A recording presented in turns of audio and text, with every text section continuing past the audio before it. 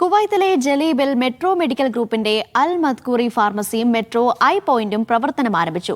Group sponsor Fahad Al Mutheri, managing partner doctor Biji Basheer, managing director Ibrahim Kutty, doctor Ramshad Bin Raheem, Muhammad Shoukki തുടങ്ങിയവർ ചേർന്നാണ് ഉദ്ഘാടനം നിർവഹിച്ചത്.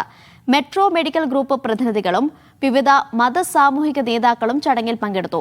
ഫാർമസിയിൽ മരുന്നുകൾ, വെൽനസ് ഉൽപ്പന്നങ്ങൾ, ആരോഗ്യ ആവശ്യ വസ്തുക്കൾ എന്നിവ ലഭ്യമാക്കുമെന്ന് മാനേജ്മെന്റ് അറിയിച്ചു.